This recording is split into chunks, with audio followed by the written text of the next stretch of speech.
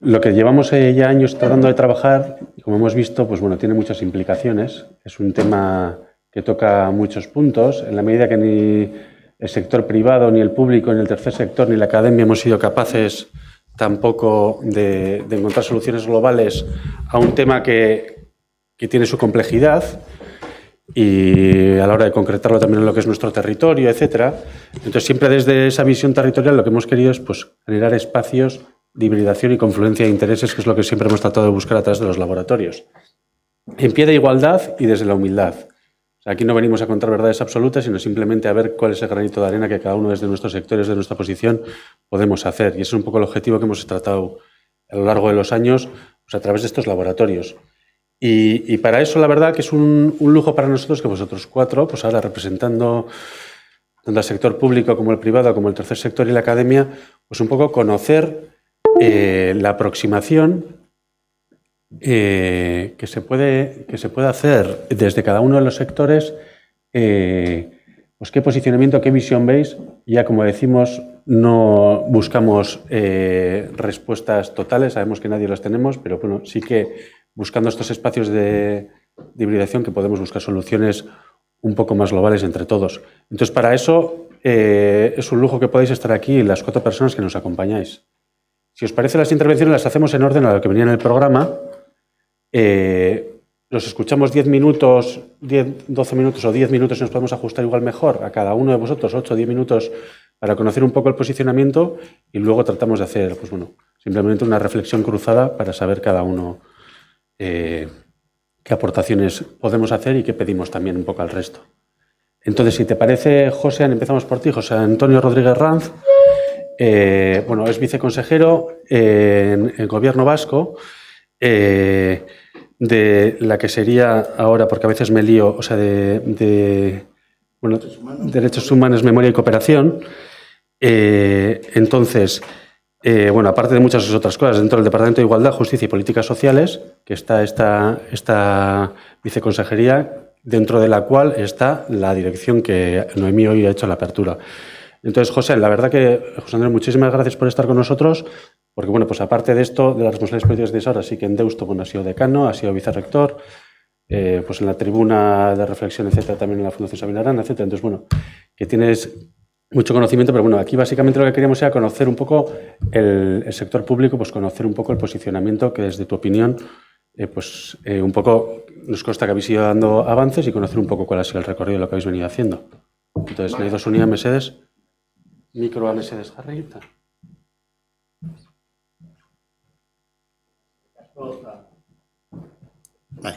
Eguardion guztioi, me van a sobrar 5 minutos, así que voy a cumplir con el tiempo establecido. La idea de establecer un plan vasco de empresa y derechos humanos, bueno, pues nace de un compromiso con la defensa, con la garantía, con la promoción de derechos humanos.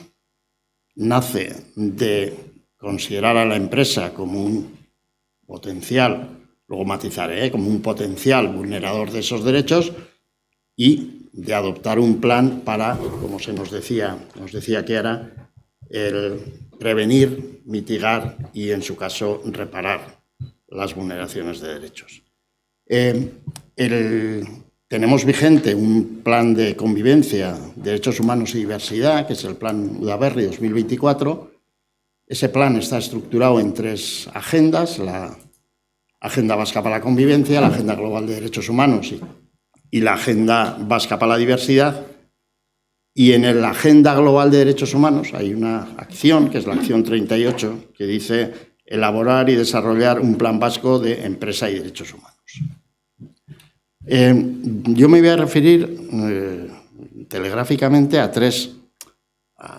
cuáles son los 3 principios que inspiran el plan, ¿no? El primero, la necesidad de un marco regulador. Estaban los principios rectores del año 2011, tenemos la directiva de debida diligencia aprobada en el marco europeo, ha expensas de su transposición y, como nos decía Chiara, bueno, independientemente de esos claroscuros, nos la jugamos en la transposición. Pero sí insistir en la necesidad de un marco de exigencia, de un marco de obligación, de un marco vinculante. Para, de alguna manera, delimitar la responsabilidad de las empresas en relación con el respeto a los derechos humanos, en contratación, en medio ambiente, en el respeto debido a los derechos de los propietarios de las comunidades indígenas en relación a sus tierras, en la gobernanza, en la transparencia, en la lucha contra la corrupción. Entonces, el primer principio es, como decía, el de exigencia, el de no voluntariedad, el de obligación, el de vinculación. Un segundo principio. Estamos hablando de un plan vasco de empresa y derechos humanos. Tendrá que ser adaptado a la naturaleza, a la particular idiosincrasia de la empresa vasca. Y las empresas vascas pues son, en su gran mayoría, pymes. Hay una importancia relativa y absoluta del movimiento cooperativo. Lógicamente tendrá que tener una dimensión para las actividades o las empresas transnacionales, pero lo que pretendemos es hacer un plan que garantice el respeto de la empresa vasca a los derechos humanos. Y el tercer principio, es, diría, más heterodoxo, el vincular, lo hacía Noemí en la introducción de la mañana, el vincular el principio de derechos humanos con el principio de sostenibilidad y con el principio de ventaja competitiva. Se ha hecho en otros, bueno, pues las empresas han ido incorporando planes de igualdad, planes de multilingüismo, un creciente respeto al medio ambiente.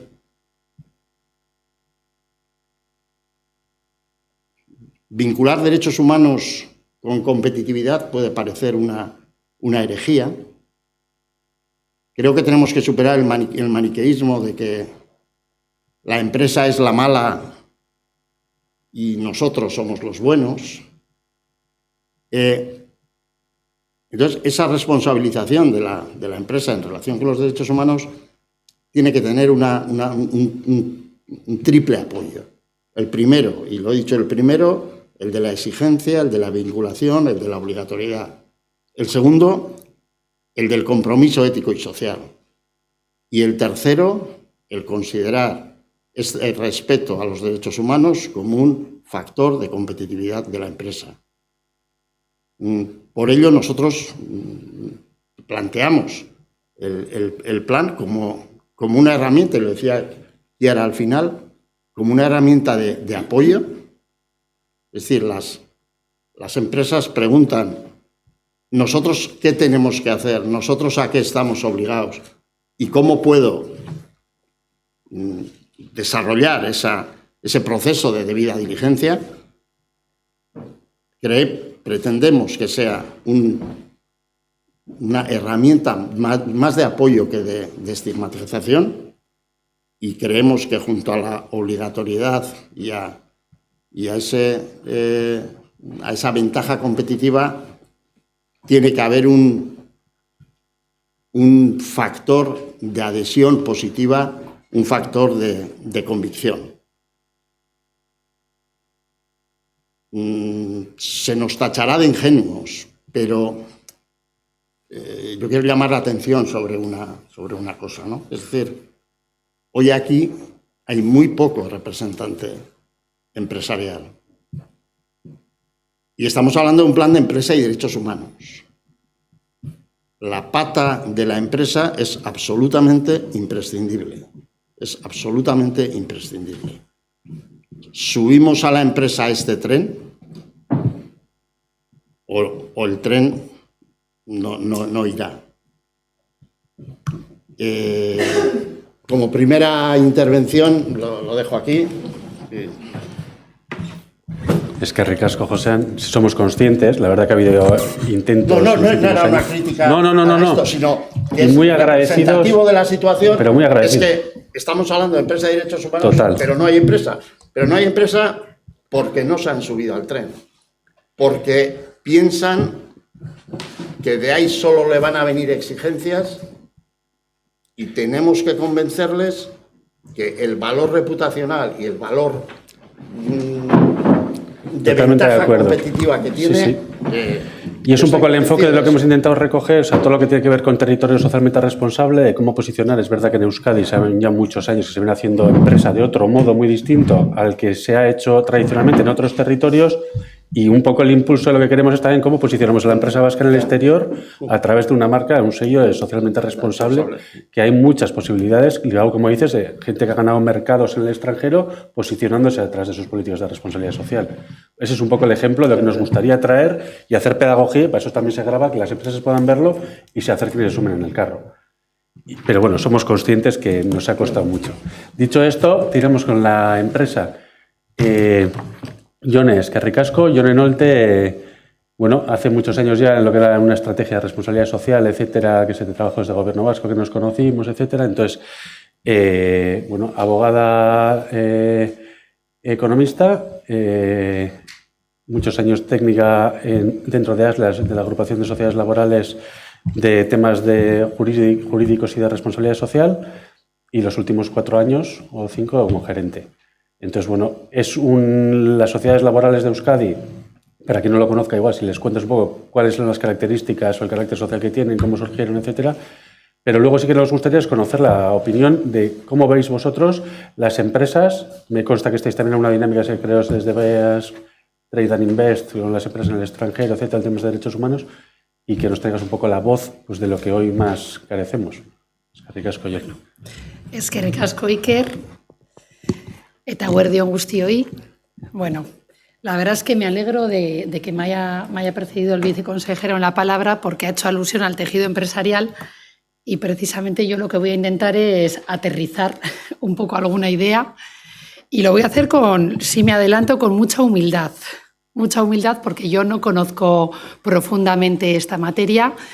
Sí que, evidentemente, como agente intermedio, estamos trabajando en muchos aspectos que tienen que ver con la Agenda 2030. Los derechos humanos en realidad es algo transversal a todo ello, y además cuando estabas enumerando las materias, digo, pues al final hay muchos objetivos de desarrollo sostenible vinculados a los derechos humanos, ¿no? Pero bueno, como he dicho, un poco desde ese punto, que no soy experta, pero bueno, sí es un tema que me gusta y que venimos trabajando. Pues antiguamente hablábamos de responsabilidad social empresarial, hoy en día de desarrollo sostenible, y voy a intentar contar nuestra experiencia. Decías, Iker, que primero voy a hablar un poco de lo que es ASLE y las sociedades laborales. Y además ahí el viceconsejero decía que Euskadi, el tejido empresarial de Euskadi, tiene una seña de identidad, y hablaba del mundo cooperativo. Y yo tengo que decir que a ese mundo se le suma otra familia muy importante también, que son las sociedades laborales y las empresas participadas. En Euskadi hay más de 600. Voy a abrir la presentación un poco para apoyarme. Más que nada yo hablo mucho, así que por lo menos se os queda alguna idea.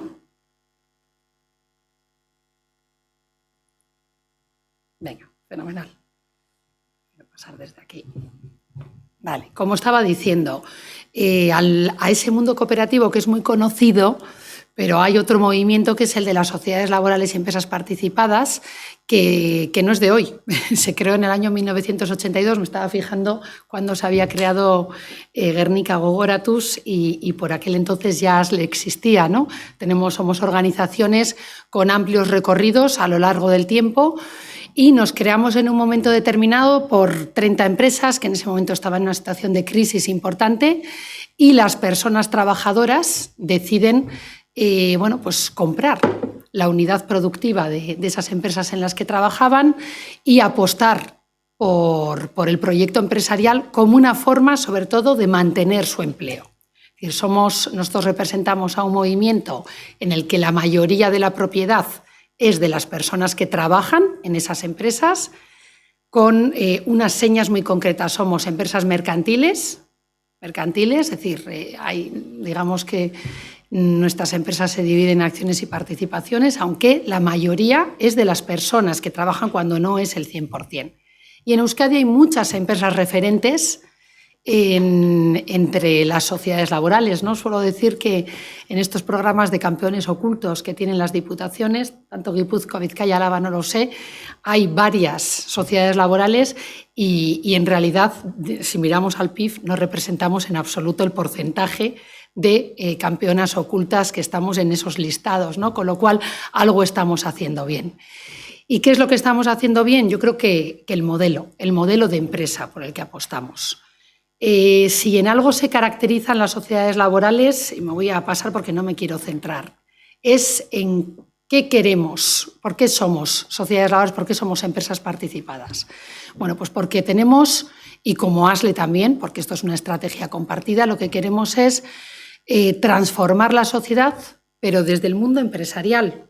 Un modelo empresarial que es más participativo, sin lugar a dudas, solo por el estilo de empresa que es, más allá de que luego, lógicamente, el traje no hace al monje y la participación hay que trabajarla día a día, pero sí somos un modelo más equitativo. Desde el momento en que las personas participan en la empresa, la equidad, digamos que es un eje transversal y no solamente la parte más, digamos, económica, que también, porque al final somos una entidad que contribuimos directamente a la redistribución de la riqueza, pero bueno, hay otros muchos ejes que luego veremos.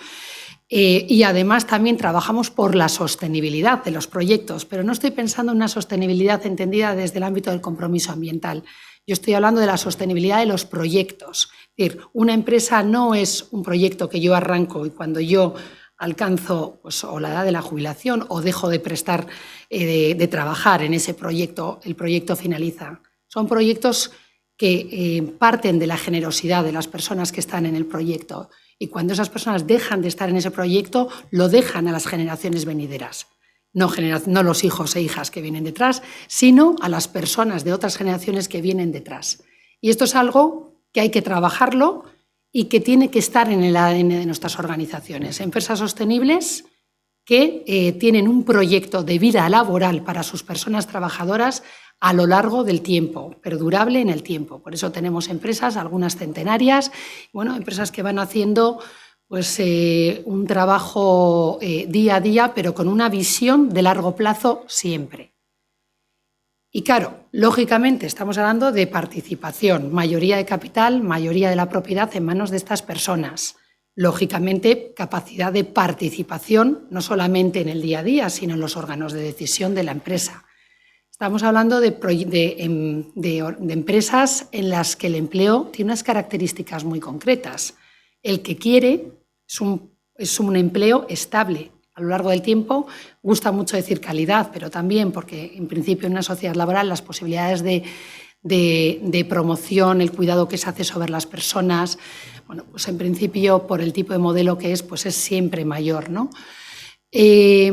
Un modelo de empresa, claro, lógicamente, si es de las personas trabajadoras, localizado donde se ubica y lógicamente haciendo una contribución directa y real al desarrollo del entorno en el que se ubica.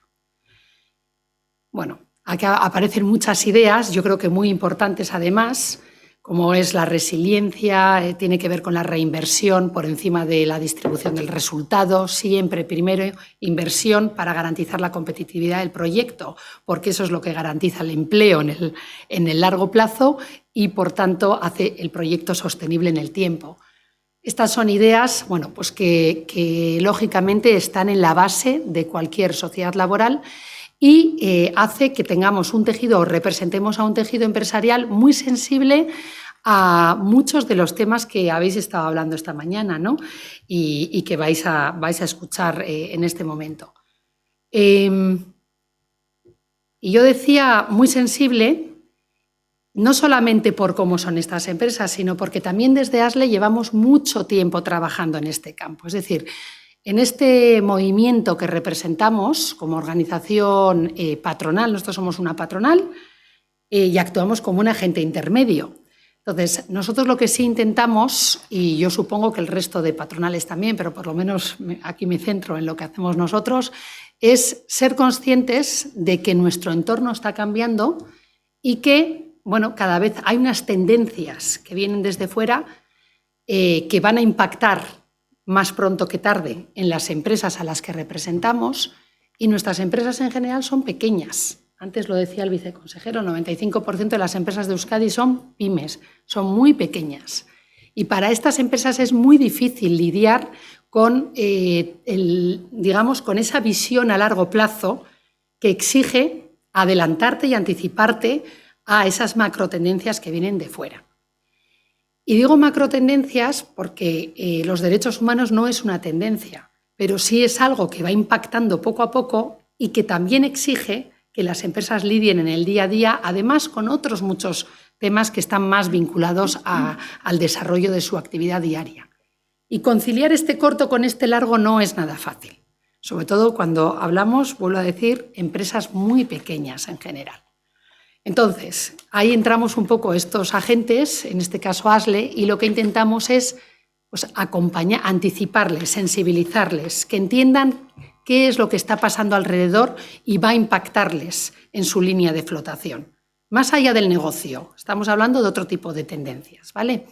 Intentamos hacer esa labor de sensibilización, pero también intentamos empujarles, intentar, bueno, pues que poco a poco vayan integrando en sus estrategias bueno, pues actuaciones que den respuesta a todas estas macrotendencias, ¿no? Y aquí, bueno, el viernes es nuestra asamblea y por tanto pues tenía preparadas algunas cosas y de hecho yo voy a hablar de todo esto en nuestra asamblea porque nosotros tenemos un firme compromiso con la Agenda 2030. Es decir, en su día hablábamos de responsabilidad social, pero en estos momentos lo que estamos es, aparte de adherirnos a una ECHEA, porque llevamos tiempo ya trabajando, lo que estamos haciendo es trabajar muy específicamente cada uno de los objetivos de desarrollo sostenible donde creemos que tenemos impacto y poniendo en marcha proyectos que involucren a las empresas para abordar cada uno de estos objetivos de desarrollo sostenible. Entonces, ahí veréis algunas cosas, aparece lo de S8, que es el primero, el empleo estable de calidad. Ahí trabajamos en temas de empleo, empleabilidad, colaboramos con un montón de agentes, bueno, estamos haciendo un montón de cosas e involucramos a las empresas en estas materias. Tenemos proyectos de educación, muchísimos, es decir, la mejora de no solamente la mejora de la empleabilidad desde el punto de vista técnico, sino la incorporación de conocimientos, competencias que ayuden a abordar los nuevos retos de la sociedad. Ahí también tenemos muchos proyectos. Temas de igualdad, pues bueno, ¿qué os voy a contar? Tenemos un montón de proyectos, sobre todo de incremento de la presencia de mujeres en la industria, de bueno, un montón de cosas. Tenemos temas en industrias, que no me quiero alargar demasiado, en temas de transición ecológica. Estamos intentando impulsar comunidades energéticas de ámbito de clave o en clave de participación, en temas de desigualdad también un montón de proyectos. Bueno, lo que yo quería sobre todo es que vierais la foto. Desde los agentes intermedios estamos trabajando y de verdad cada vez que ponemos en marcha un proyecto no lo hacemos por el mero hecho de hacerlo, sino involucramos a las empresas. Se le da una difusión, se hacen unas presentaciones. Poquito a poquito vamos haciendo una lluvia fina que va permeando y va, bueno, tocando y calando a cada una de las empresas a las que representamos y a otras que están fuera, porque al final intentamos que lo que hacemos, bueno, pues se difunda en la sociedad en general con esa vocación de transformación social. Os decía, hacemos un montón de cosas, pero también para ser más prácticos, hace 2 años desarrollamos también una herramienta de diagnóstico de los ODS. dirigido pues, principalmente a nuestras empresas asociadas. El año pasado trabajamos en 10 empresas, hicimos un diagnóstico con su plan de acción. Es una herramienta básica, pero tampoco nació con la vocación de profundizar mucho en los temas. Nació con la vocación de ir calando poco a poco, como os decía antes, ir sensibilizando a las empresas de todo lo que viene. Y consecuencia de este diagnóstico, el año pasado se nos ocurrió una cosa muy bonita. Dijimos, bueno, ¿por qué no hacemos un proyecto de 17 ODS, 17 sociedades laborales? Entonces, lo que hicimos fue identificar 17 empresas referentes en cada uno de los ODS y hemos hecho un pequeño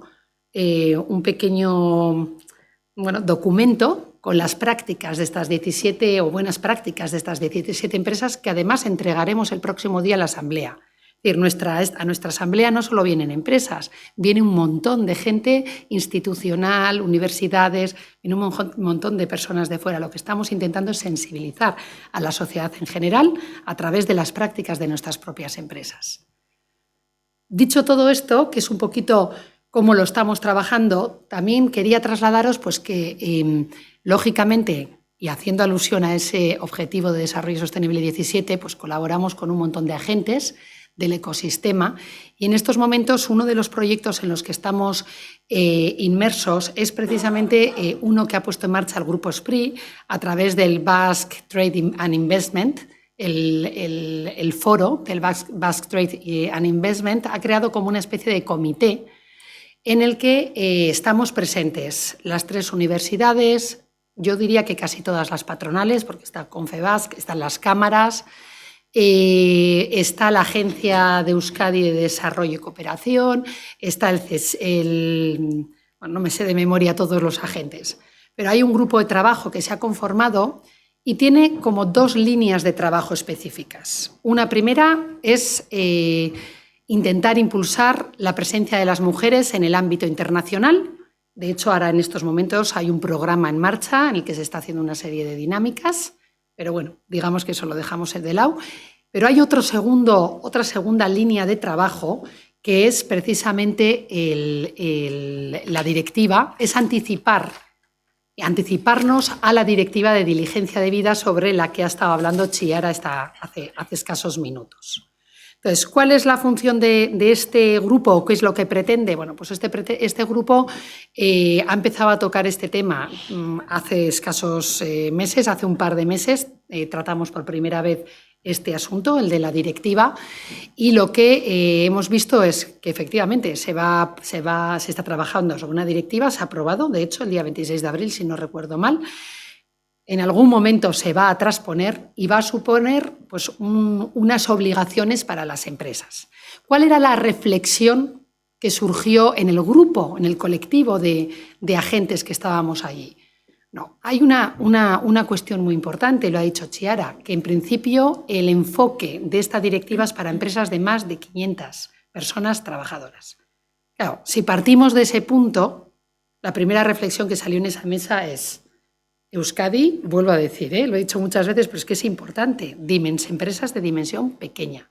Entonces, la gran mayoría de nuestras empresas no van a estar afectadas hoy por hoy, tal y como está regido, directamente por la directiva. ¿Vale? Eso por una parte. Segunda cuestión, en este grupo también estuvimos analizando algunas buenas prácticas. Claro, ¿qué veíamos? Que esas buenas prácticas eran de empresas muy grandes, de Iberdrola, Solarpack. Si lo que queremos es traccionar al colectivo de empresas pequeñas, tenemos que intentar buscar buenas prácticas de empresas más pequeñas, que las empresas entiendan que otras están haciendo cosas que podrían aplicar en sus empresas, pero no lo que hace una multinacional, porque no hay homogeneidad en la capacidad, los recursos que tienen unas y otras, ¿no? En otra de las reflexiones que hacíamos en ese grupo, digo, es un grupo que tiene vocación de continuidad, seguiremos trabajando, pero no nos ha dado demasiado tiempo, pero sí que se hablaba un poco de intentar hacer una identificación de buenas prácticas, sobre todo en cómo se está traccionando la cadena de valor o la cadena de actividad, como decía Chiara. También se hablaba un poco de intentar promover algunas certificaciones, las ISOs, Y yo lo que me parecía más interesante era hacer unas mesas redondas, unos grupos de trabajo para ver verdaderamente dónde se puede poner el foco, pero donde quien participe sean los que verdaderamente van a sentirse impactados. Esas empresas que decíamos, si no hay empresa difícilmente vamos a conseguir aplicar la directiva. Entonces, hacer unos grupos de trabajo para que ellas mismas vean e identifiquen dónde podemos poner el foco y a partir de ahí acompañarles, ¿no? Pero bueno, como veis, este es el punto en el que estamos, en una fase muy incipiente, pero sí que es importante, yo sí que quiero poner en valor esa labor de anticipación que se está haciendo desde este grupo y además con una vocación de colaboración público-privada, que también es relevante y donde están presentes pues eso, el mundo educativo, empresarial pues, y otras, administración. Yo creo que es así un poquito como podemos intentar tirar adelante, ¿no? Simplemente por comentaros dos cositas aparte, y ya termino, ya sé que me he alargado un poquito, Iker. Simplemente, más allá de lo que estamos haciendo, comentaros una organización que a mí me ha impactado recientemente y que está trabajando estos temas yo creo que con mucho ahínco, es la Fundación Alboan, que seguramente la conoceréis. Yo tuve la oportunidad de conocerles en noviembre porque tenemos un premio internacional de economía social, el Chemi Cantera, que en noviembre el jurado determinó dárselo a la red Comparte, que es una red cuya secretaría técnica la llevan desde Alboan, y a partir de ahí pues ya he entrado en una relación con ellos y he visto que están haciendo muchos temas para acercar a la sociedad civil, al tejido empresarial, a todo el campo de trabajo que tienen los derechos humanos, ¿no? Entonces, lo quería poner en valor porque creo que hay que subrayarlo y luego comentaros un poco ya también desde el tejido empresarial cosas muy prácticas, un proyecto que vamos a poner ahora en marcha y que tiene que ver también con los derechos humanos. Es un proyecto de multiculturalidad. Nosotros somos empresas muy industriales, el 50% de nuestras empresas son industriales, empresas en las que las personas antes o después participan en el capital y hace que tengamos unas características muy concretas. Entonces, si ya es difícil la integración de alguien que viene de fuera, de otra cultura, todavía más difícil es integrarle en un tipo de empresa que requiere de una serie de características, competencias vinculadas a la participación. Primero desde entender qué es esto y luego de integrarle. Y aquí nos estamos encontrando que cada vez tenemos más gente extranjera que está empezando a trabajar en nuestras empresas y en un momento dado se les ofrece la oportunidad de ser socias. Y ante este reto, además de, hemos interlocutado con distintas administraciones por cosas que vamos viendo y que chirrían entre unas administraciones y otras, sí que nos ha parecido importante trabajar un proyecto, en este caso vamos a ir de la mano de Fundació, en un proyecto de inserción multicultural. Cómo les integramos, pero más desde el punto de vista empresarial, cómo le integramos en lo que representa un modelo de empresa participada. Y simplemente cosas que estamos haciendo y una visión escueta, pero intentar trasladaros qué es lo que estamos haciendo y a vuestra disposición. Eskerrik asko.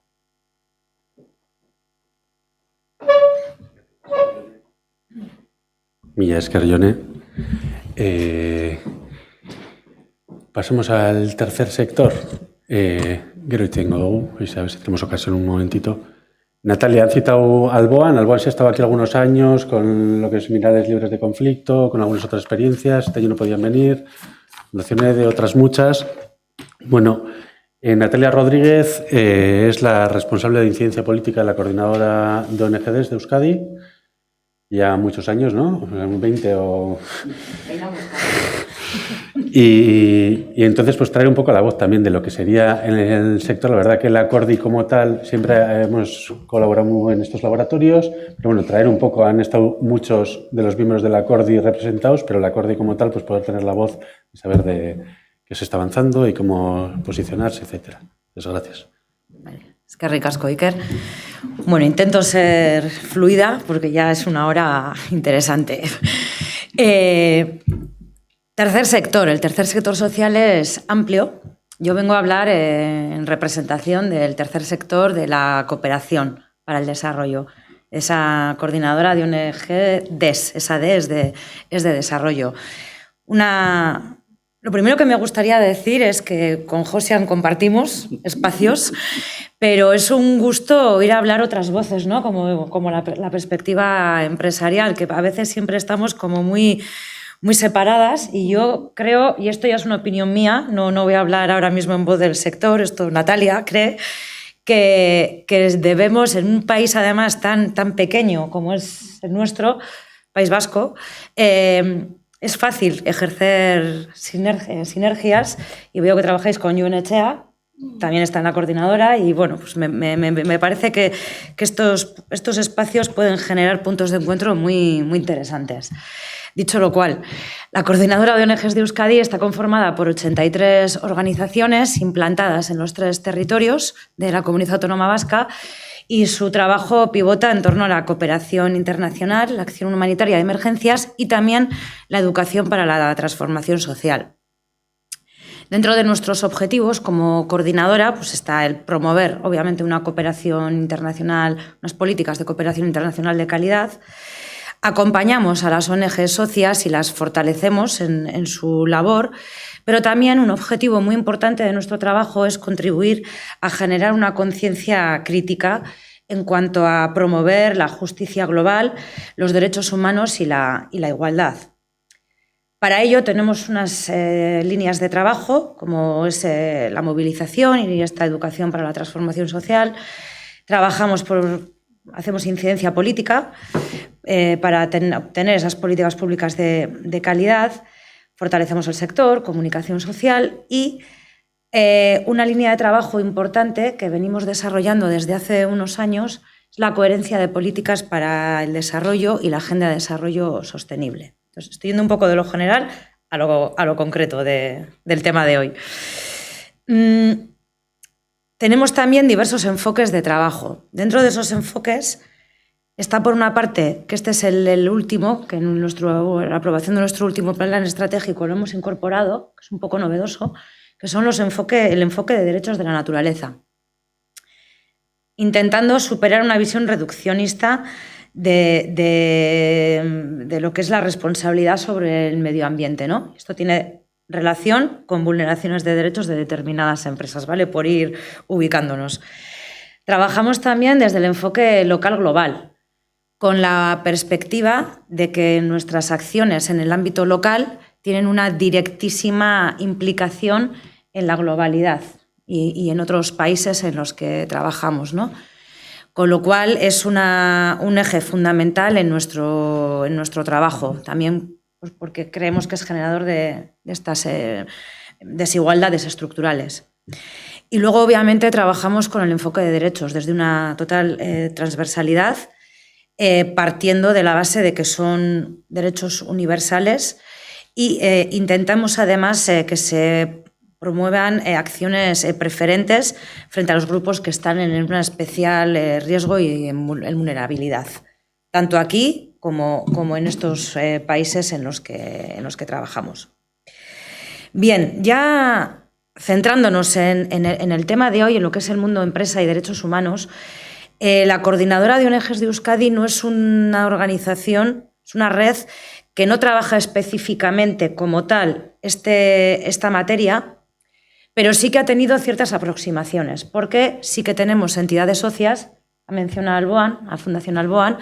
Aquí presente también está Economistas sin Fronteras, por ejemplo, que son entidades que sí lo tienen especialmente trabajado.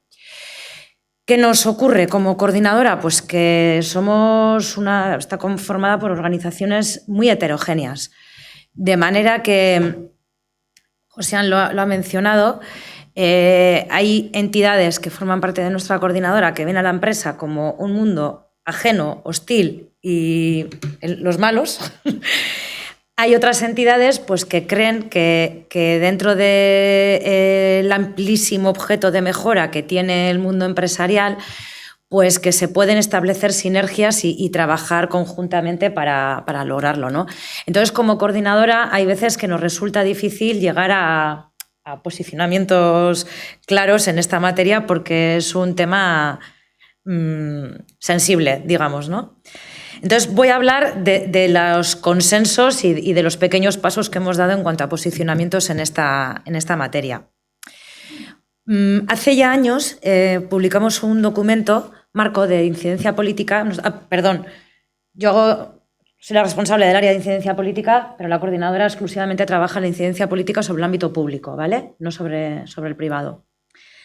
Pero aún así, bueno, pues nos lanzamos a hacer un documento marco un poco filosófico de cuál podría ser el papel de las empresas en el desarrollo.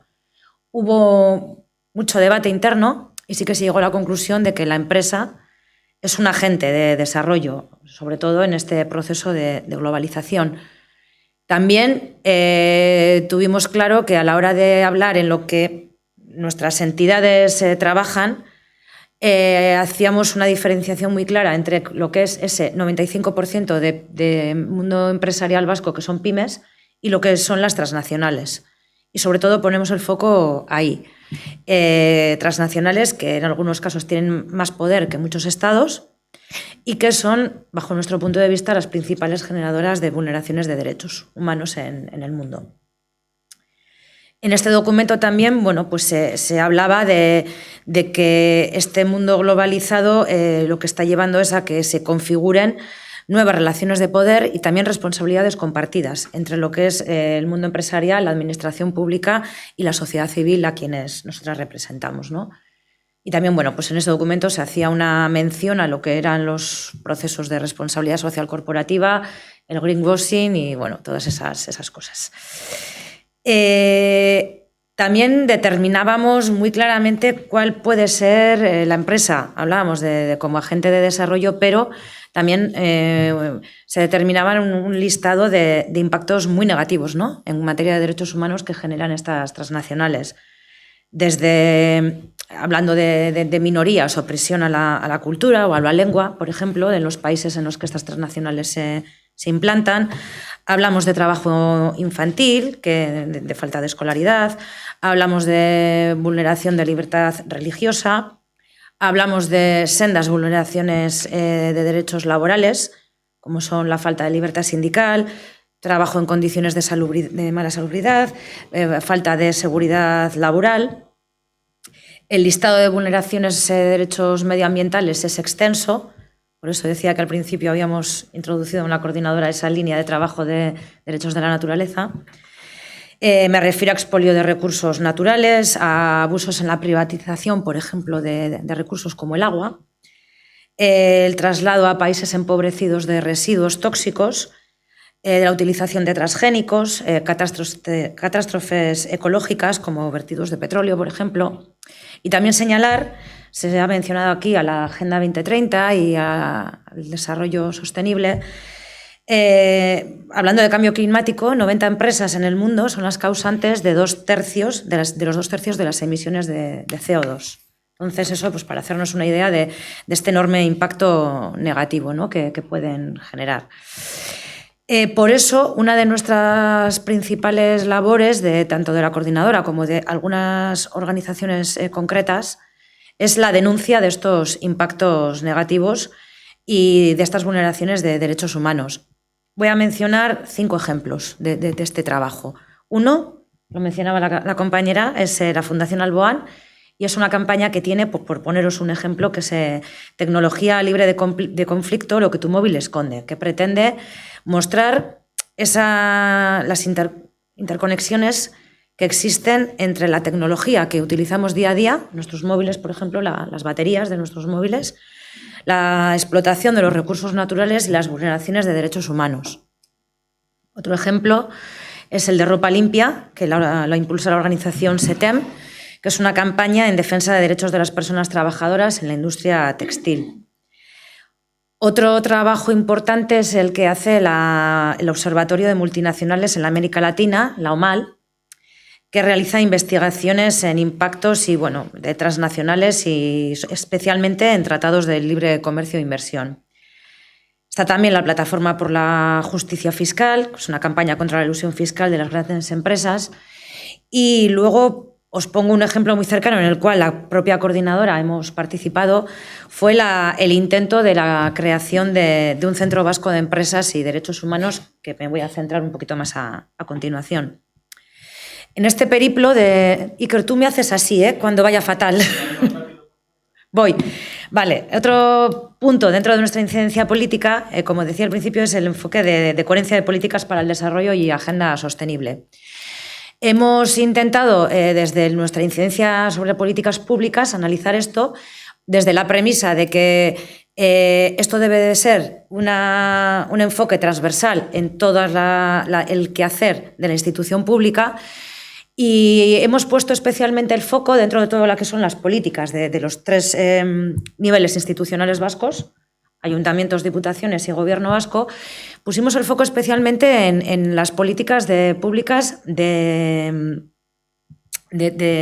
internacionalización empresarial. Sobre todo aquí tiene una especial incidencia las políticas forales y la política del gobierno vasco.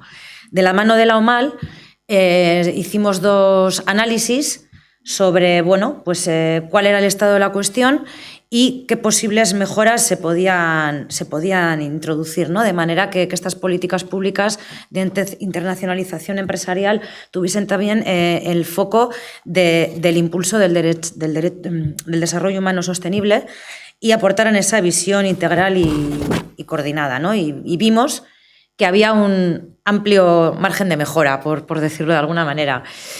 Generó en su día cierta controversia en el ámbito público, ¿no? ¿Qué nos estáis contando, no? Y yo creo que sí se generó un germen de cultivo para que a día de hoy, pues lo que ha contado el viceconsejero, ¿no? El que se esté, por ejemplo, trabajando en ese plan de empresas y derechos humanos por parte del gobierno vasco. No me voy a centrar, porque ando mal de tiempo, ¿verdad? Vale, pues no voy a hacer entonces, si queréis, está en nuestra página web estas investigaciones para que podáis ir a consultarlas, pero sí dentro de una de las recomendaciones que hacíamos en estos estudios era la creación de un centro vasco de empresas y derechos humanos, con el objetivo de que sea un centro que analice, evalúe, atienda e investigue denuncias que puedan llegar en nuestro territorio al respecto, y luego también hacer propuestas sobre políticas públicas de internacionalización empresarial y también pues, que haga seguimiento, ¿no? A la actividad de nuestras empresas internacionalizadas. Que en Euskadi hay mucha pyme, pero también hay empresas internacionalizadas importantes. Os pongo el ejemplo que conozco yo más cercano, vivo en el Goierri, la CAF, ¿no? Que hace trenes, y la CAF pues ha sido objeto de una campaña de denuncia por su participación en la construcción de un tranvía ilegal que une Jerusalén con las colonias que están en territorios ocupados palestinos, por poner un ejemplo. Quiero decir que, pues que también hay trabajo por hacer aquí en el ámbito vasco. Esta propuesta de creación del Centro Vasco de Derechos Humanos se hicieron eco 3 grupos parlamentarios, el EH Bildu, el Elkarrekin Podemos, 2, EH Bildu y el Elkarrekin Podemos, hasta en 3 ocasiones llevaron una propuesta de proposición no de ley al Parlamento Vasco para que se cree este centro. Lamentablemente, en el debate parlamentario quedó diluido y al final no salió para adelante por los votos, pues con el rechazo de la propuesta inicial de PSE, Partido Popular y PNV, pero sí que se generó debate público. El Gobierno vasco está implementando este plan al que el viceconsejero hacía referencia. Y nuestro papel desde la coordinadora de ONGs pues será seguir haciendo incidencia sobre este ámbito público, pero que tiene también implicaciones directas en esta forma de hacer y en esta forma de trabajar público-privada, ¿no? Si me dejáis, sobre la Directiva de Diligencia de Vida, solo digo, de todo lo que tenía aquí escrito, que ha sido un proceso muy largo en el que las ONGs y la sociedad civil también ha tenido una participación intensa en cuanto a lobby en la Unión Europea y también aquí con el Estado español. Y ha sido un proceso, como decía, largo, que estaba, pues que había generado mucha expectación, porque sí que ha supuesto un hito, ¿no? en el avance en cuanto a la exigencia del respeto de los derechos humanos. Y sí que, a última hora, como en la ponencia anterior se ha explicado, sí que ha habido cesiones, ¿no? Que desde el tercer sector, y hablo de, por ejemplo, la plataforma por empresas responsables, pues sí que se ha dicho que ha habido concesiones a última hora que califican de lamentables, ¿no? O sea, que se ha quedado una directiva mucho más, bueno, que se ha quedado más pobre, digamos, en cuanto a conclusiones finales, en el papel final, respecto a las expectativas que se habían generado inicialmente. Ello no es óbice para que no se siga trabajando y desde el tercer sector pues se haga esa incidencia que nos toca hacer para que eso vaya mejor y sobre todo que en los estados también se vayan adoptando normativas específicas. Es que ricasco, Natalia. Vamos a pasar, si os parece, directamente a la academia. Nerea, pediros disculpas, os sé que os tenéis que ir. Tenéis que iros sí o ya, igual, o en el resto a las 2 tienes que salir. Hacemos última en 5 minutos. Porque... Nada, no. Esto es lo que tiene de ser la última. No pasa nada, vamos a darle rapidito. Bueno, doctora investigadora eso, y bueno, sí. No voy a contar todas las estancias, todo lo que has hecho. Bueno, tiene ya. de bueno y de malo ser la última, de malo porque me tenía que haber largado a las 2 y de bueno que la verdad es que el papel de la academia y el papel de mi grupo de investigación y además trabajando precisamente con las 3 patas que representan conmigo esta mesa es fundamental y entonces estoy feliz de haber sido la última porque me toca como investigadora y mi responsabilidad es ahora plasmar esto en una regulación concreta, plasmar todo lo que se ha dicho a lo largo de toda la mañana, no solo en esta mesa, sino también por nuestros compañeros, en algo que pueda tener tinta, que se pueda escribir y que además podamos considerar todos que tiene un carácter funcional y que estemos todos de acuerdo en que nos va a servir a todos para avanzar en un objetivo que sí que creo que es común desde el momento en que estamos todos aquí reunidos, que es mejorar en ese respeto de los derechos humanos, mejorar en esas actividades transfronterizas de las empresas, ya sean instituciones financieras, ya sean pequeñas y medianas empresas, ya sean transnacionales, ya sean multinacionales, en la mejora de su entorno social. O sea, creo que no se habla solo de vulneración y de abusos de derechos humanos o de violaciones, que a veces no hablamos de violaciones porque suena muy fuerte, abusos de derechos humanos en el sur global, sino a lo largo y ancho de nuestros propios territorios. Entonces, desde esa perspectiva, creo que me toca el papel de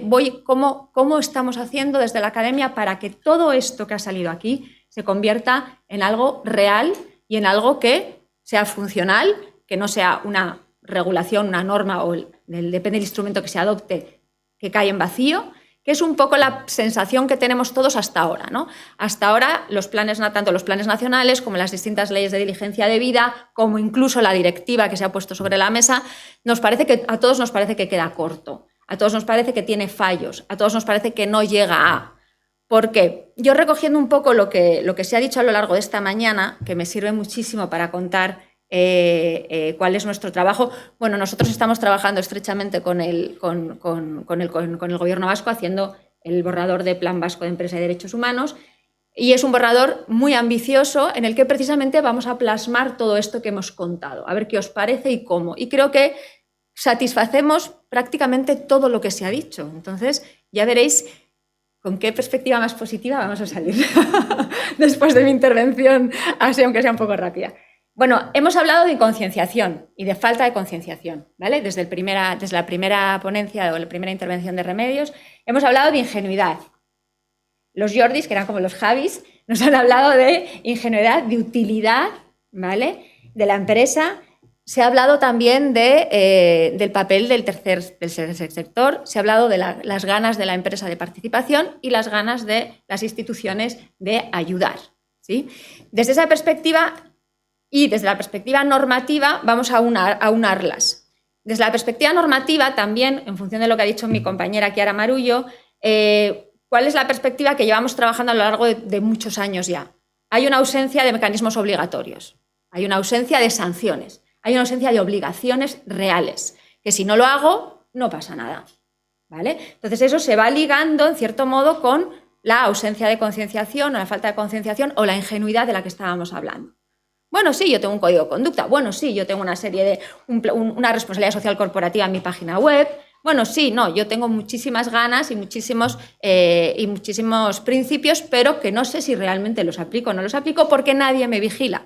No hay mecanismos de vigilancia, no hay mecanismos de supervisión, que también se sacaba con el tema de las instituciones, de las financieras, y no hay sanciones, sobre todo. Hay mecanismos de vigilancia, mecanismos de supervisión, que me pueden decir que lo estoy haciendo fatal, pero si nadie me exige que lo haga mejor, tampoco sé si lo voy a hacer o no lo voy a hacer, ¿vale? Entonces, ¿cómo juntamos todo esto, ¿no? ¿Cómo juntamos todo esto?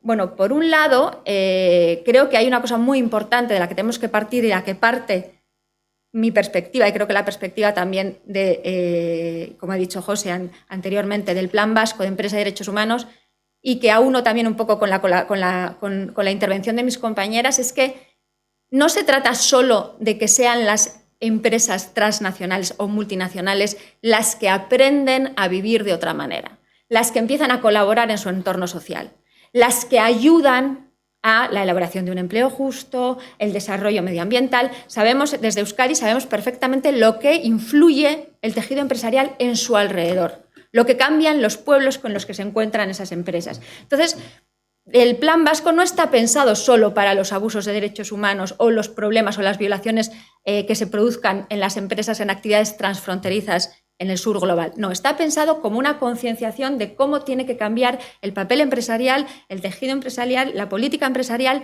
en el día a día. Me da igual que sea una pyme, me da igual que sea una gran empresa, me da igual que tenga 500, que tenga 1000, que el volumen de financiación, cuando hablamos de leyes de diligencia debida o de la directiva, se plantea, a ver, las obligaciones a partir de cuándo, tantos trabajadores, tanto volumen de beneficios. No, es simplemente intentar concienciarnos y concienciarnos todos del papel de la empresa en el entorno social.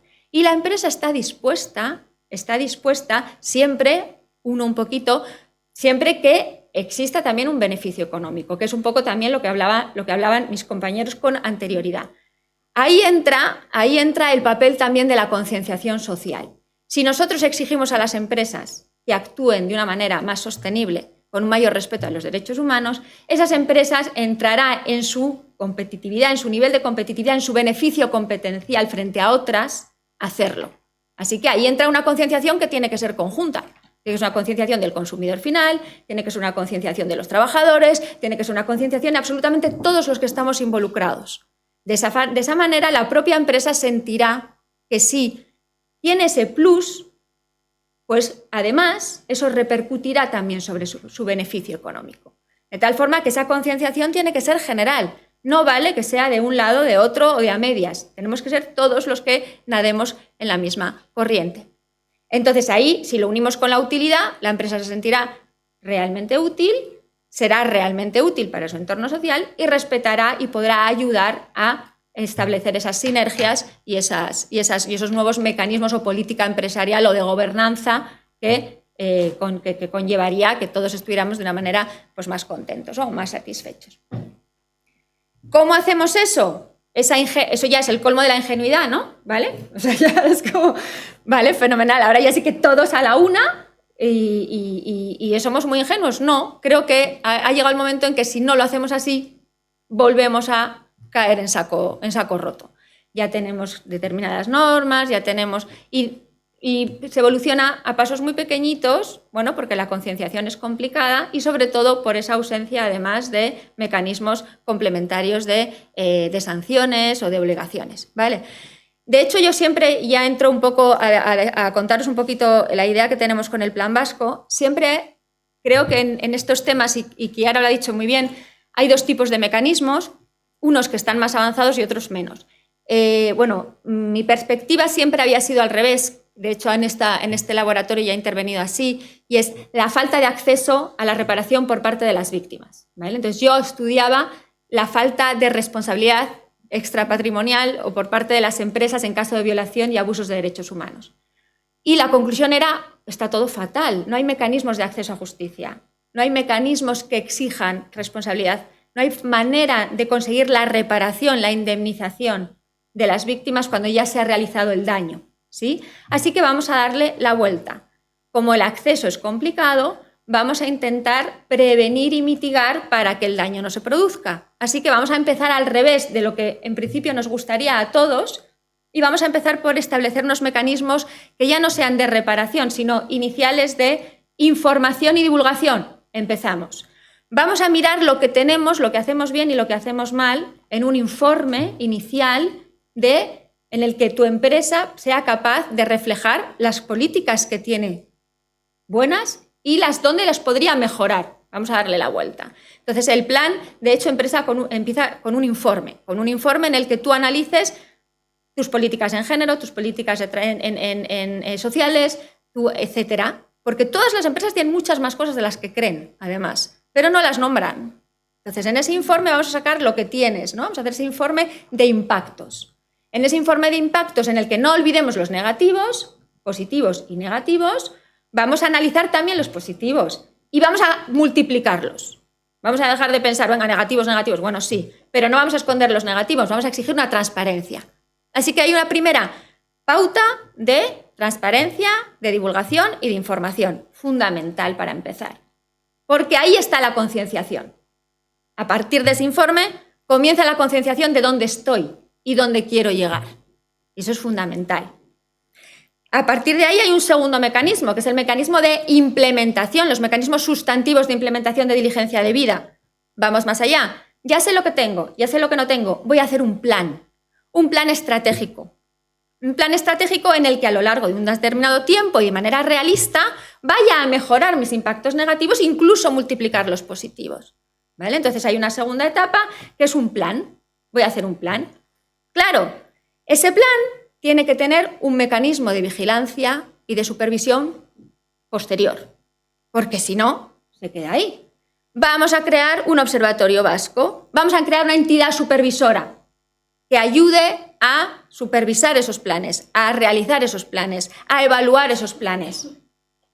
Y vamos a ayudar a las empresas a que desarrollen, entonces, creación de una entidad supervisora vasca, de un observatorio vasco, empresa de derechos humanos, a través del que modelos, modelos de conducta ética, certificados, mejoras, subvenciones públicas, compromiso por parte de las instituciones políticas, entidad supervisora institucional, en la que a partir de ahí te vaya ayudando, también incentivando a establecer cada vez ese plan de una manera más, más ambiciosa, ¿no?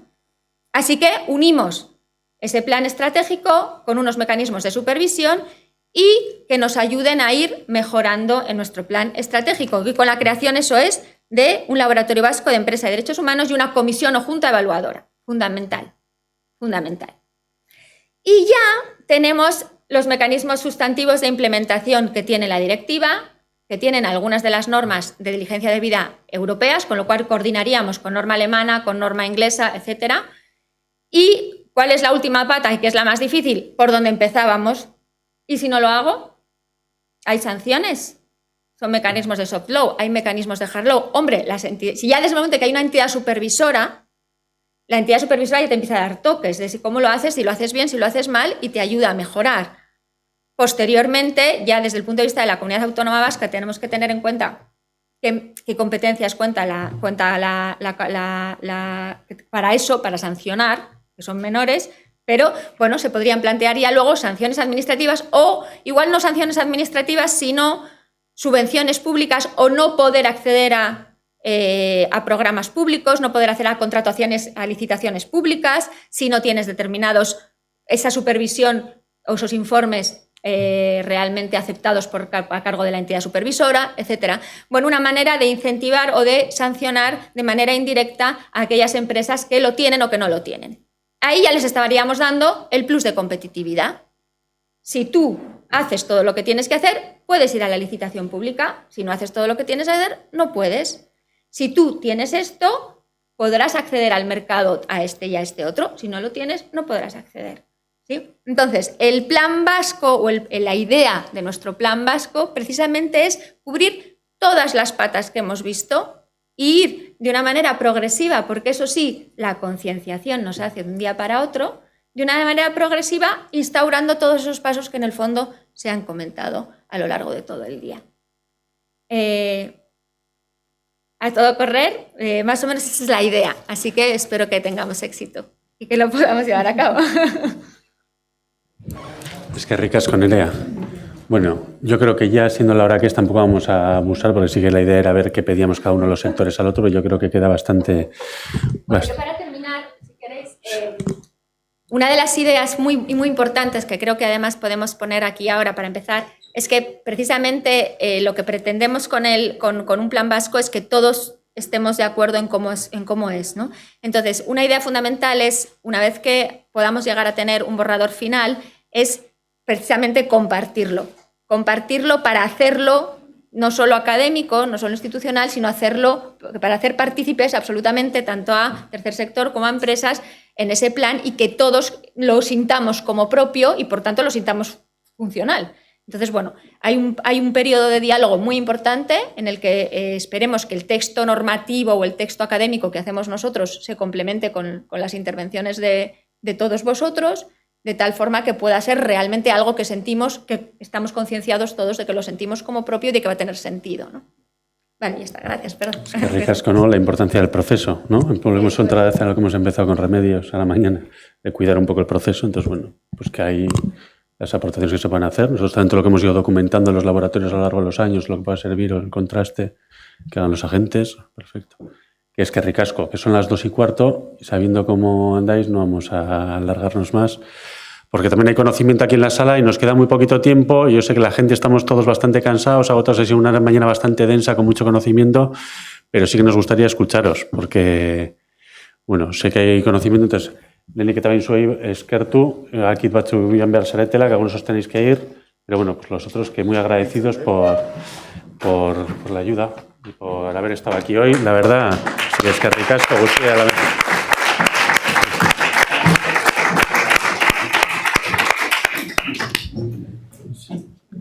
Bueno, entonces, si os parece, aunque sea 15 minutos, el último esfuerzo, Irati Cifuentes, Economistas sin Fronteras, si me echas una mano con uno de los micros, y la idea es lo que buscamos todos los años y que todos los años nos quedamos pocos, cansados,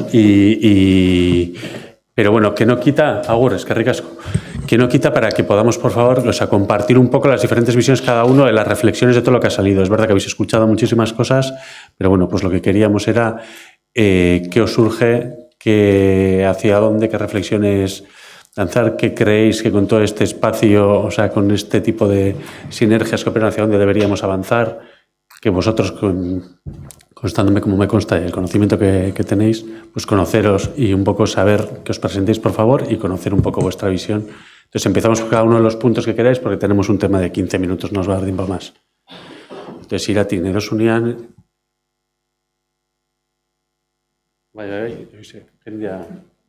¿Quién se anima a hablar? Venga, eso es, solo tenemos tiempo para lanzar unas reflexiones, que nos dé pistas para futuro, y luego Joaquín nos hará un cierre un poco de lo que hemos hablado en 3 minutos, de lo que hemos hablado a lo largo de la mañana, y un poco, pues, líneas de futuro, pero un poco conocer opiniones de la gente que sobre todo no habéis podido hablar, retos, cómo suena todo esto.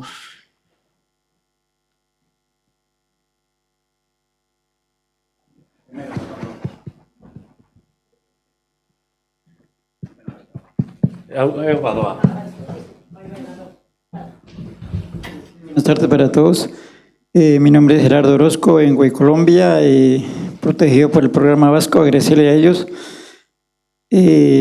Pues cuando se habla de todas estas cosas es muy importante, pero para mí el tiempo es muy corto.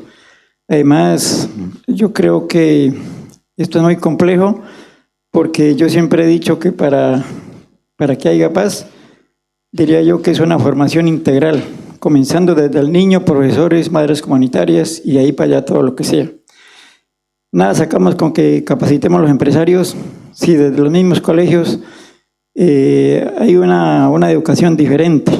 Nada sacamos si alertamos a las empresas y si las empresas cuando son pequeñas cumplen, pero si cuando se vuelven multinacionales se pasan por encima de todo. Es tan así que en Colombia, pues por eso estoy aquí, por ser defensor de derechos humanos, defensores de colectivos, entonces por eso estoy acá. Porque las empresas han llegado una empresa multinacional cuando llega a un país llega de dos maneras. O llega pacíficamente o llega violentamente. Entonces, así han llegado a Colombia. Las multinacionales, digamos, primero llega el ejército haciendo un rondeo, después han llegado los paramilitares haciendo masacres, desplazan a la gente. Esa es una manera.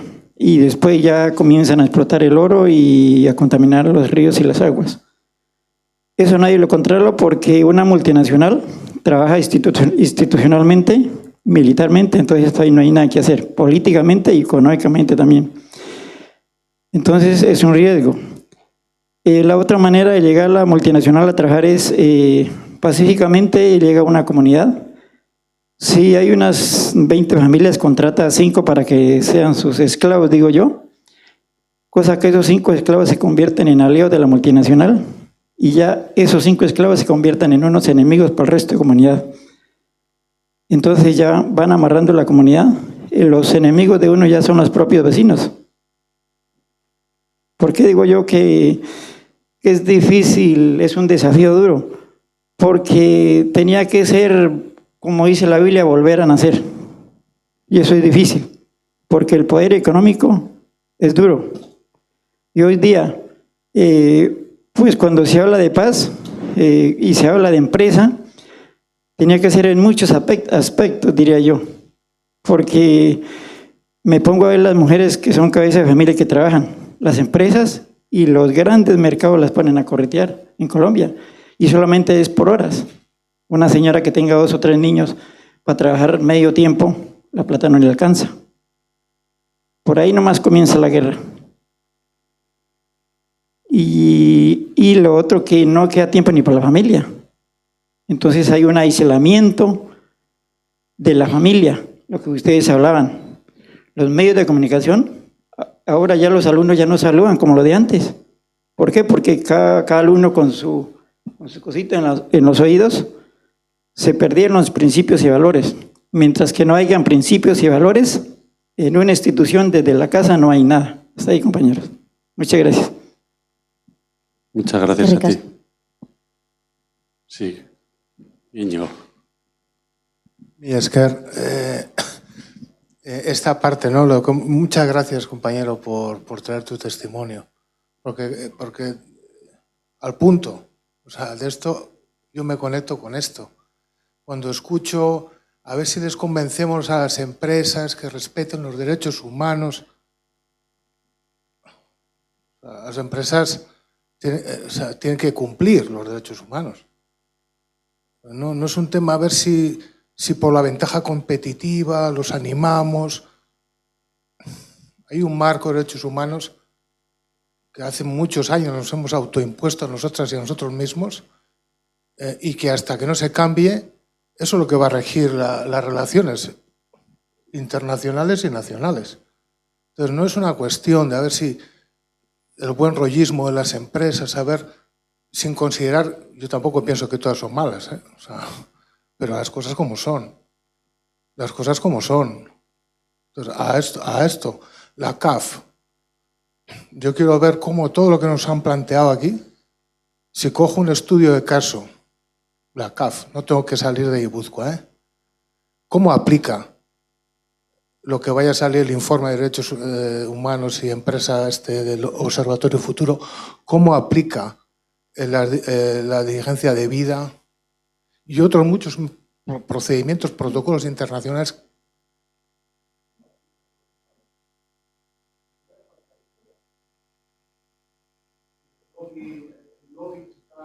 Mikro erabili mesedez, bestela ez da sartzen. Bale, hartu hau. Bale. Eskerrik asko ekarpenagatik. Gauza da, un poco lo que la reflexión, lo que hemos tratado durante años es más que buscar espacios donde pueda haber posibles conflictos, sino cómo acercamos. O sea, ¿cuál es ese modelo que a la empresa le puede ser atractivo para que se acerque hasta esto? Hay una normativa legal vinculante que por fin se parece que se ha aprobado, que hay que hacer una transposición y que requiere sus tiempos para que se materialice. ¿Cómo hacemos para que las empresas, si no es hablando su lenguaje, por lo que tenemos el problema es que aquí cada uno de los sectores hablamos un lenguaje distinto? Y si no aprendemos a hablar el lenguaje de la empresa, no vamos a conseguir tampoco que se sume.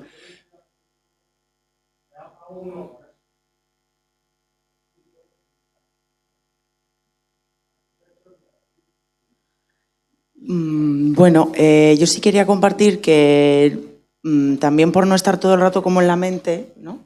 A mí se me queda una sensación en el cuerpo un poco extraña cuando en esta última intervención mi sensación es que está a 1.000.000 de años luz de la primera intervención, de esas cosas que estaba planteando en esa primera intervención de los cuidados, del feminismo, ¿no? de otros caminos. Y oigo hablar a esta gente y me están hablando del mismo camino que ya estamos, en el que, bueno, ellas ven ciertos horizontes. Yo no lo tengo tan claro. Nosotras en SETEM, como ha mencionado Natalia, con la campaña de la campaña Ropa Limpia, estamos trabajando en una investigación concretamente hacia marcas vascas o empresas de aquí también. Y sobre todo estos temas, diligencia de vida, transparencia, seguridad, ¿no? Spoiler de la investigación, los derechos humanos les importan entre poco y nada en su cadena de suministro, porque están pensando desde el sistema, ¿no? Tampoco hay ninguna perspectiva de género, ni hay un análisis estructural, ni de causas, ni de beneficios, ni de nada, ¿no? A mí me preocupa cuando hablan de que es verdad, de este contexto de pymes y de cooperativas, como si eso fuera lo único, porque a mí personalmente la cooperativa no me preocupa el CAP. Ese sí, me preocupa Ternoa, me preocupan los que concentran el 1% de la riqueza, que son quienes en realidad, con perdón por la expresión, la van a seguir liando, haya los instrumentos casi que haya, porque el poder que tienen, bueno, trasciende todo esto, ¿no? Y me preocupa mucho que desde el gobierno o desde las instituciones se hable, como comentaba el compañero, de vincular el principio de derechos humanos con el principio de competitividad. Primero, porque creo que esta idea, estoy de acuerdo en que hablamos idiomas diferentes y que algo hay que inventar para acercarnos, pero a mí esta idea de darle el caramelo a alguien para que se acerque por hacer algo que se nos pide a todo el resto de las personas, es decir, todas las personas tenemos que respetar los derechos humanos, y nuestras acciones y las consecuencias de nuestras acciones son nuestra responsabilidad, ¿no? Como esta medio idea de que si le damos el caramelo de su sabor favorito vamos a conseguir que se acerquen, me parece peligrosa. Y además creo, o por lo menos lo que yo he aprendido de derechos humanos a lo largo de mi vida, creo que los derechos humanos no son una materia de competitividad, sino de cooperación. Y en este sentido rescato un par de nociones del ecofeminismo y de la mirada sistémica a los cuerpos para traer como esta idea de la competitividad, porque me parece importante. Todas las personas que estamos hoy aquí porque todas las células de nuestro cuerpo cooperan constantemente. De hecho, en el momento en el que dejan de cooperar y compiten, a eso lo llamamos enfermedad. Pero es que además el capitalismo es un sistema que se basa en la absurda noción de que podemos tener un crecimiento ilimitado en un lugar que es necesariamente limitado, ¿sí? Y a este comportamiento, cuando lo miramos en las células, se le llama cáncer.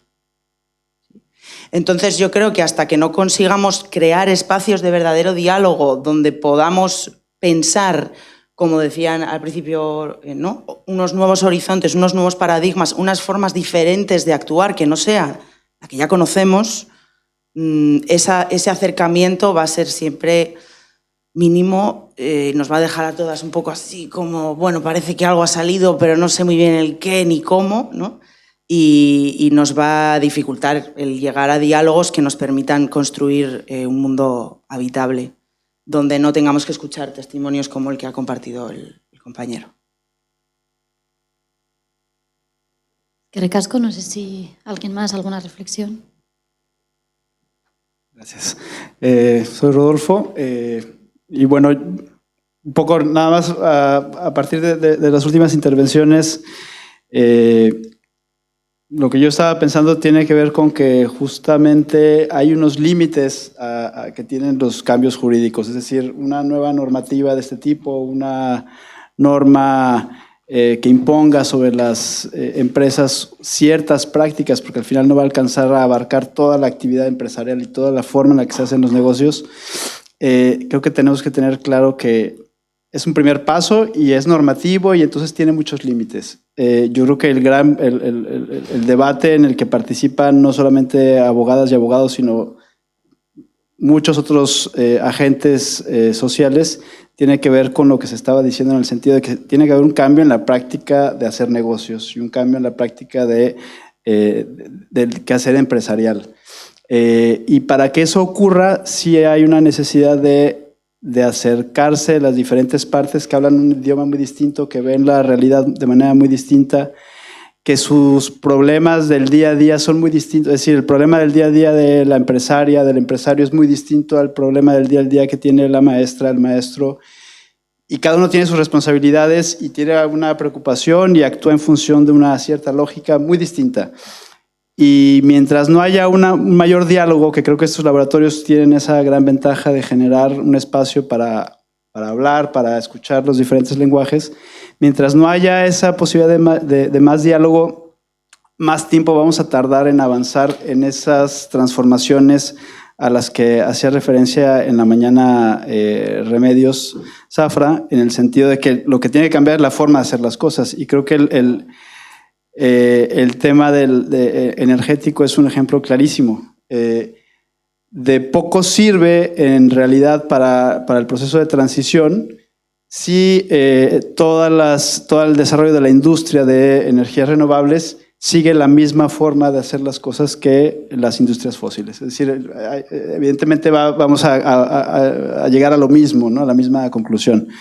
Pero eso no quiere decir que no sean necesarias también las energías renovables, ¿no? Es decir, frente a situaciones complejas, pues requerimos también más herramientas y más espacios de diálogo en el que haya también un poco más de apertura, partiendo de casos reales, como el que nos compartieron desde Colombia, y como los que hay también aquí mismo en Euskadi, ¿no? Y creo que al final de cuentas sí es un paso importante la directiva, es un paso importante que haya un plan en el País Vasco de Empresa y Derechos Humanos, porque al final de cuentas sigue habiendo una enorme distancia para la mayoría del empresariado. Hablar de derechos humanos no les significa nada porque no es su lenguaje, porque no le interpela nada. Dice, no, eso a mí no me toca, a mí no me corresponde, a mí en todo caso me corresponde generar empleo, pagar impuestos, etcétera, etcétera, pero eso no es de mi ámbito de competencia. Entonces, todavía estamos ahí, pues, ¿no? Yo eso escucho en el día a día, ¿no? Qué ricasco. ¿Querías decir algo tú? No sé. No, en principio, pero... No, bueno, es que... Mi interés es... se oye.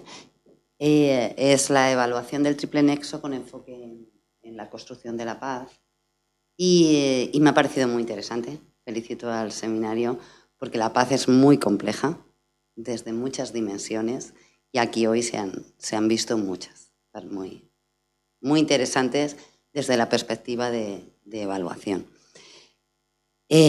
Poco más. Felicidades por el laboratorio.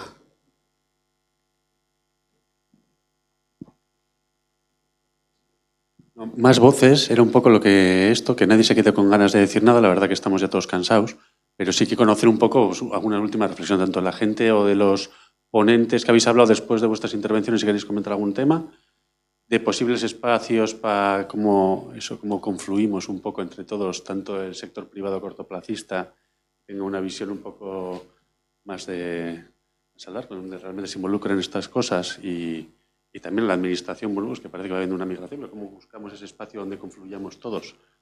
Entonces, pues que si a alguien se le ocurren pistas, posibles temas de futuro o líneas que podamos trabajar a futuro, para que las diga ahora, y si estáis todos agotados pasamos a Joaquín y que nos haga en 3 minutos el esto. ¿Alguien quiere decir algo?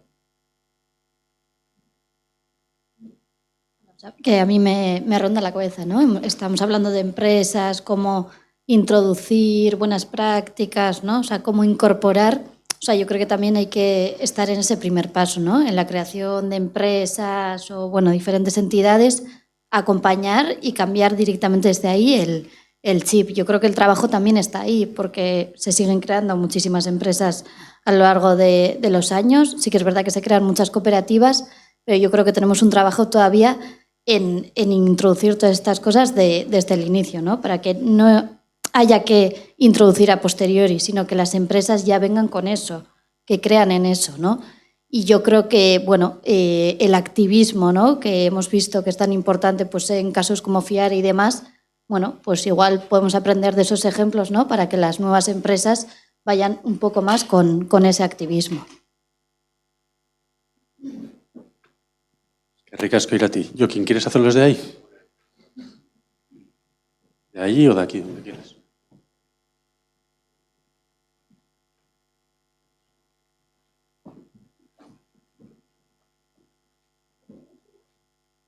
Bueno, pues a mí me toca una tarea muy, muy difícil porque la había empezado a hacer de una manera y la tengo que acabar haciendo de otra porque tengo tan poco tiempo que no sé exactamente si voy a ser capaz de... Lo tenía mucho más ordenado, pero iba a necesitar igual 5 o 7 minutos para hacerlo y para hacerlo en 3, a ver cómo lo hago. Bueno, pues para mí pues es un placer también hacer las conclusiones de este laboratorio, ¿no? Porque otros años me toca más presentar y casi nunca hacer las conclusiones, pero bueno, alguna idea me parece, o las introducciones, algunas ideas interesantes que hayan podido salir, ¿no? Bueno, yo creo que hemos aprendido mucho, ¿no? Primero con la charla de Remedios Zafra, ¿no? Y su insistencia en hacer con sentido, ¿no? No hacer las cosas por inercia y bueno, ha hecho muchas más cosas más interesantes, ¿no? Desviarnos de lo de siempre y articularnos colectivamente, ¿no? Rescato algunas frases. Luego en las charlas de los Jordi destacaría las ideas esas, ¿no? del control ciudadano frente a la banca armada, ¿no? Y el escepticismo ante el sector financiero tradicional, ¿no? Al que solo le mueven los beneficios. Y que desde ahí, pues bueno, pues que todo esto de la responsabilidad social corporativa, pues bueno, siempre va a quedar como en un segundo plano, o como social washing, o como greenwashing, o como human rights washing, ¿no? Y bueno, y algunas ideas y algunas pistas pues para poder avanzar, ¿no? De la charla de Chiara o de la conferencia de Chiara, pues bueno, pues ese eterno dilema, ¿no? Si vamos avanzando un poco hacia la obligatoriedad o no, ¿no? A través ahora de la directiva de la debida diligencia, ¿no? Y bueno, y lo que está muy claro es luego cómo se transpone eso en los ordenamientos internos y cómo se lleva a la práctica, ¿no? Entendiendo también que las directivas pues son una norma de armonización de las diferentes leyes estatales de los Estados miembros que hay sobre esto, ¿no? Y bueno, ahí pues abre un campo pues, que no sabemos tampoco muy claro cuál es, ¿no? Y sobre la mesa redonda, pues algunas conclusiones más generales, también intentando relacionarlo con lo de otros años, ¿no? Yo creo que hoy queda clara una cosa que ha salido otras veces, pero esta vez ha salido como más rotunda, ¿no? Y es esa diferencia entre las grandes empresas o las empresas transnacionales y las pequeñas empresas, ¿no? Porque ahí, bueno, lo que vemos es, o una crítica constante es esa, ¿no? Que por lo menos hay una parte importante de esas empresas, sobre todo las grandes, que parten más de la autocomplacencia, ¿no? En lugar de la autocrítica y del no reconocimiento o de la falta de coherencia de sus propias acciones, ¿no? En términos de derechos humanos, ¿no? Y bueno, en el mundo de las pequeñas empresas, pues por lo menos, pues también, como nos ha explicado Yone, ¿no? Pues ahí hay un potencial, hay unas capacidades transformadoras de las empresas participativas, o por lo menos de las de su sector, que también están como un poco desorientadas, ¿no? O con falta de información, porque como cada vez se les piden más cosas, ¿no? Yo creo que también el acercar esas realidades a la gente que no estamos de las empresas, pues nos ayuda a entender también la poca atención que hemos puesto en cómo tienen que hacer en cuanto al respeto a los derechos humanos las empresas pequeñas que luego son las de nuestro tejido, ¿no? Y eso ya lo uno, ¿no? Pues con ese debate que sí que ha estado siempre presente y hoy también, ¿no? Y es la idea de que mientras muchas empresas parten de esa autocomplacencia de que están haciendo una buena responsabilidad social corporativa, ¿no? O por parte pues, de la sociedad civil, pues también que estamos constantemente criticando a esa responsabilidad social corporativa por ser greenwashing y por el tema de social washing, etcétera. Pero bueno, que lo que tenemos es una realidad que es muy tozuda y bueno, ya lo hemos visto, una realidad que cada vez está más militarizada o que es más militarista o que o que es más antihumana, ¿no? Y que bueno, que estamos como bloqueados ahí, ¿no? Llevamos muchos años hablando de esto, pero que estamos encerrados en esa dualidad, ¿no? Que luego se traduce también como en dos intereses diferentes. Por parte de la sociedad civil organizada estamos más interesadas en el control ciudadano que podemos hacer de las grandes empresas o de las empresas en el respeto a los derechos humanos, mientras que desde las administraciones pues el interés es otro, ¿no? O está centrado en otras cuestiones, ¿no? Que es en cómo subir a la empresa al tren de como ha dicho el viceconsejero, ¿no? de estas cuestiones, ¿no? Y entonces, claro, a la hora de articular normas y a la hora de articular planes, pues también estamos ante esa dualidad, ¿no? Que o buscamos cómo casarlas o vamos a tener observatorios que hacen control ciudadano, vamos a tener observatorios que están al servicio de las empresas para que puedan aplicar las normas de debida diligencia o de empresa y derechos humanos, pues para que cumplan con lo que se les exige, ¿no? Con el riesgo que eso también conlleva, ¿no? Y esto me lleva a la última reflexión, y es a que igual también es que no estamos siendo muy imaginativas o muy imaginativos. Hemos cogido ya una serie de marcos que estamos intentando desarrollar y el riesgo es de que nos lleven a experiencias similares que hemos tenido en otros campos, como puede ser en la igualdad entre hombres y mujeres, o ¿no? Ese puede ser el riesgo, ¿no? Y bueno, y ahí ya termino con esto. Pues no sé, desde Guernica Goratuz por lo menos estamos intentando darle otros enfoques, ¿no? Nosotras estamos poniendo encima de la mesa pues otras categorías, ¿no? Como es la de desde los estudios de paz, por lo que podríamos llamar el conflicto capital-vida, bueno, que esto también viene del feminismo, ¿no? O bueno, todo lo que tiene que ver con los conflictos ecosociales, y a partir de esas reflexiones buscar metodologías para que diferentes, ¿no? Y bueno, y eso es lo que también se ha subrayado en la inauguración, ¿no? Y diferentes somos pues, los actores que hemos estado aquí. Aunque la empresa no esté muy representada, por lo menos ha estado representada, ¿no? La sociedad civil este año ha estado representada, menos representada que otros años, ¿no? Porque ha habido menos voces, aunque ha habido bastantes, ¿no? Y también hemos tenido a las administraciones, ¿no? Hemos tenido a la administración vasca, ¿no? Y bueno, pues nuestra apuesta es esa, es a través de espacios deliberativos, de diálogo, de confrontación de ideas, ir tratando también de llegar a elementos más o menos comunes que nos puedan hacer pensar en cuáles pueden ser los siguientes pasos. Y eso lo hacemos sobre todo en una clave, que es la de vivir bien, ¿no? Y cómo podemos vivir mejor, ¿no? Cómo podemos...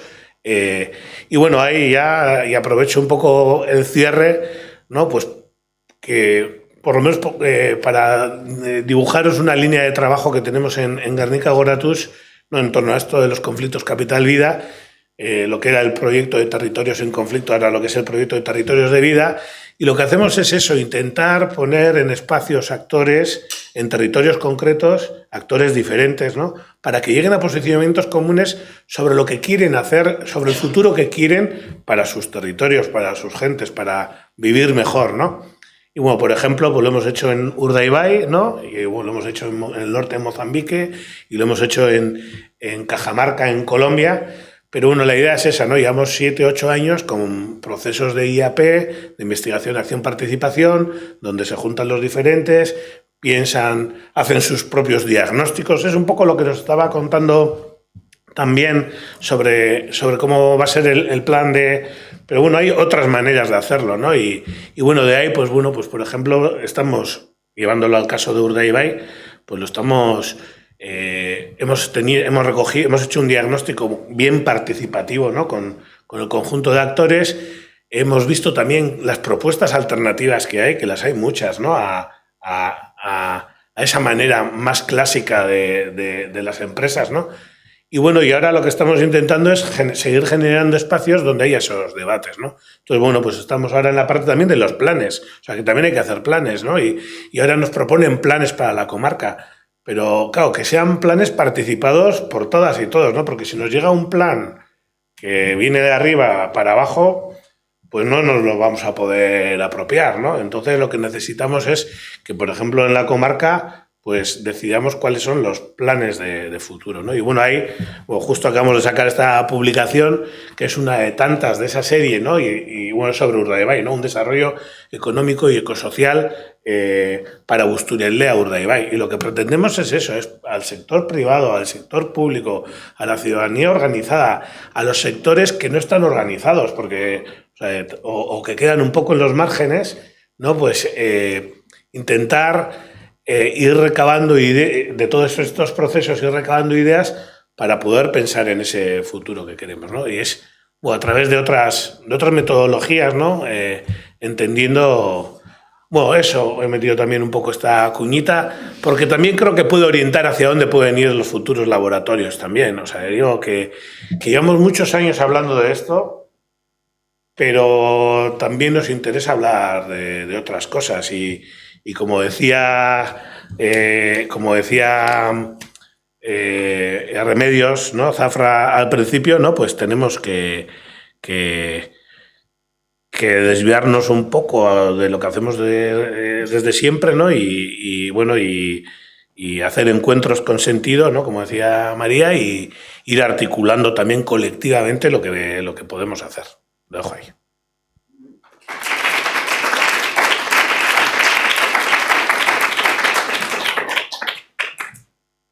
Hori, eskerrik asko guztioi etortzearren. Y disculpar a Josu Urrutia, presidente de la Cordi, que ayer se rompió la rodilla y no ha podido venir. Eta hori, eskerrik asko.